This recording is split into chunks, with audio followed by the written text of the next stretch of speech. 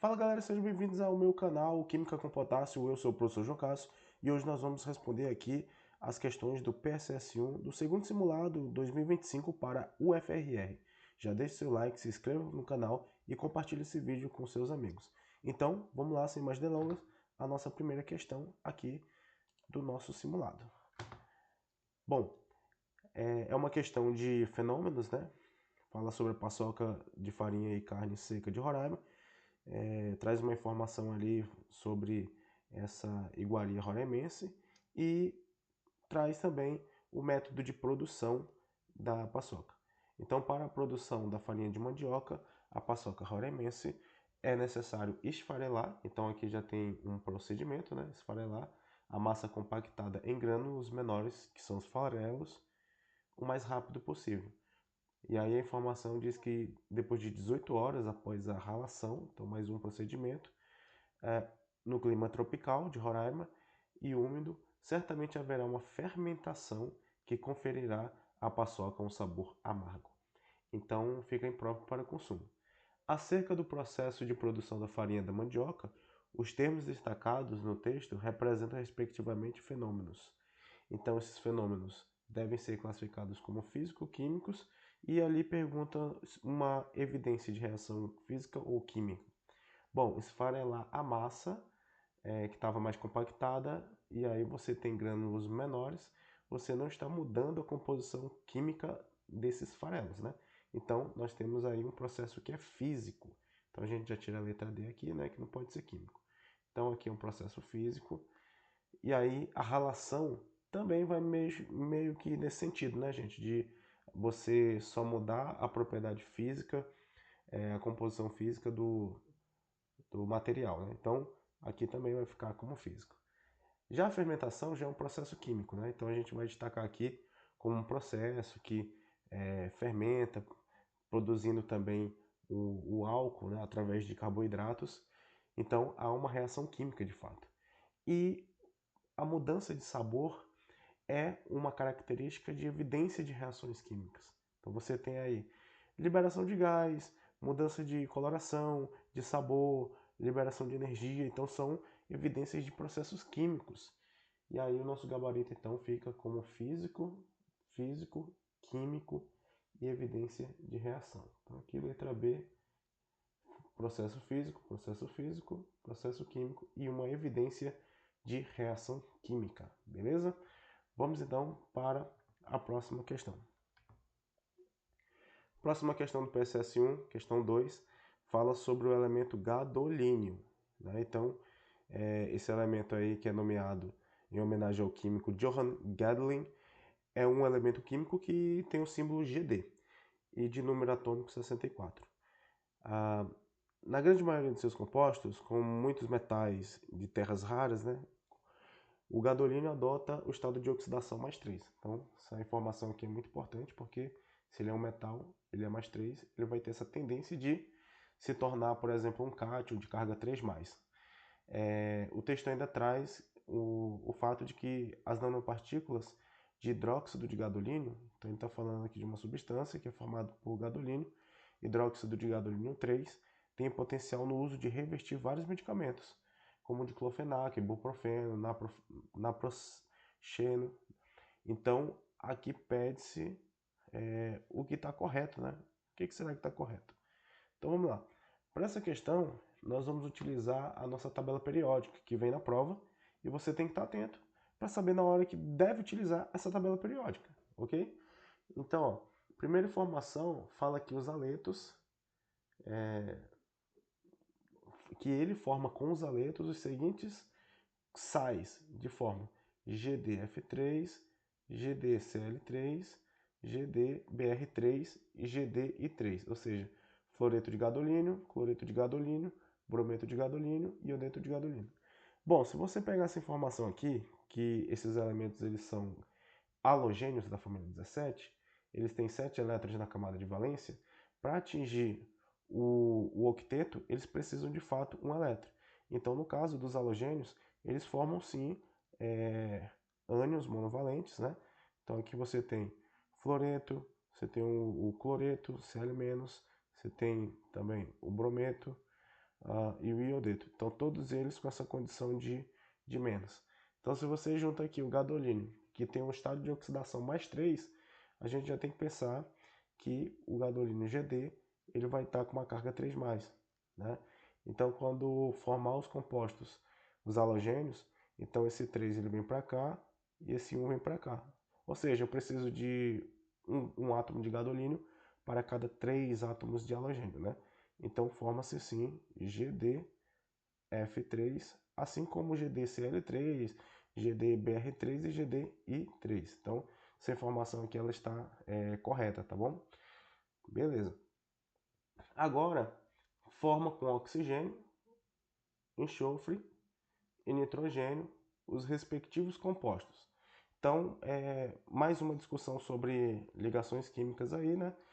E aí a gente vai ter a mesma ideia, tá?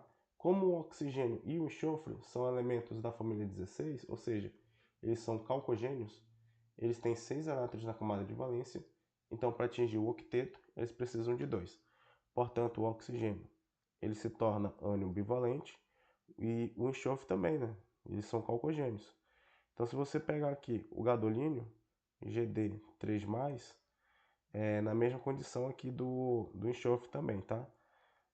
Ligação iônica, metal a metal, o 3 vai para cá, o 2 vai para lá. Então você cruza essas cargas aí, transforma assim como índice. Então fica Gd2O3. E aqui a mesma ideia, né? Você vai ter Gd de gadolínio 2, S3. Agora, no caso do nitrogênio, o nitrogênio ele é um elemento da família 15. Então ele tem 5 elétrons. Então você vai pensar assim comigo. Ó. Nitrogênio tem 5 elétrons.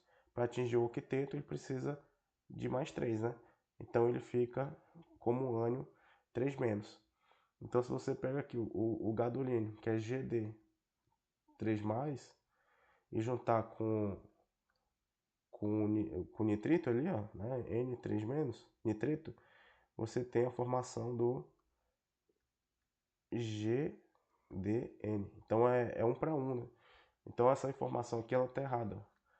Então seria, no caso, se o gadolínio tivesse carga mais 1. Então essa informação aí você vai marcar como errada. Então sempre note o seguinte: se a proporção de cátio e a proporção do ânion é a mesma, então vai ser 1 para 1 mesmo o índice. Então aí já fica errado. Aí na 3 fala que as nanopartículas citadas no texto, tá aqui, ó, hidróxido de gadolínio. Tem a fórmula GdOH3. Isso aí tá certo, porque ó, GD, gadolínio, ele tem uma carga 3+, e aí você tem o OH-, né? OH-, que é o ânion do hidróxido. Então isso vai formar GdOH3,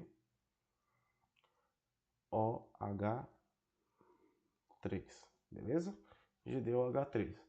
Então é uma base fraca. Por quê, gente? Você tem que lembrar que os hidróxidos fortes são de metais alcalinos. Então é o hidróxido de lítio, hidróxido de sódio, hidróxido de potássio, rubídio, césio, frança. E os hidróxidos de metais alcalinos terrosos. Então cálcio, estrôncio, bário.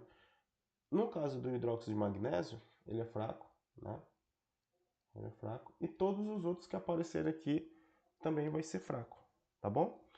Então, como o gadolínio não está na família 1, na família 2, então eu já considero que realmente ele é uma base fraca mesmo, tá? No caso do 4, diz que ele é um metal de transição interna.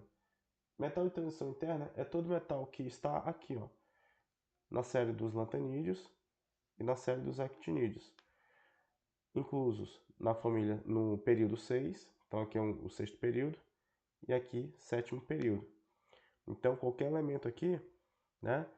No caso desses dois, o lutécio e o laurêncio, eles são metais de transição externa porque eles encaixam exatamente aqui, tá? Mas os outros aqui todos terminam em F. Então, 4F aqui, 5F aqui, né? Indicando que eles são metais de transição interna. E aí fala que a configuração eletrônica do cátio trivalente é XeF4.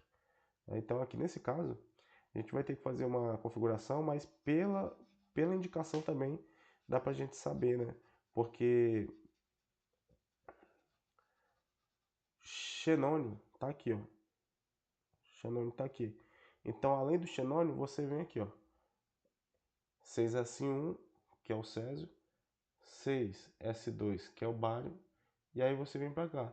F1, F2, F3, F4, F5, F6, F7, F8. Então ele estaria aqui, ó, o gadolínio, F8. Só que como ele é o cátion trivalente, ele tem que perder 2 da camada de valência mais um aqui. Então vamos fazer a configuração eletrônica. O número atômico dele é 64, vai ficar 1s2, 2s2, 2p6, 3s2, 3p6, 4s2, 3d10, 4p6, 5s2, 4d10, aí depois vem o 5p6, e aí a gente chega no 6s2, né? Só que termina aqui, ó, em 4f, F8. Pronto. Aí, como ele está se referindo ao cátion trivalente, a gente sempre vai tirar assim, ó. O cátion, o metal, ele perde elétron primeiro na camada de valência, que é a camada mais externa, ok? Então perdeu 2 aí. Aí ele vem aqui e perde 1 aqui nesse F8.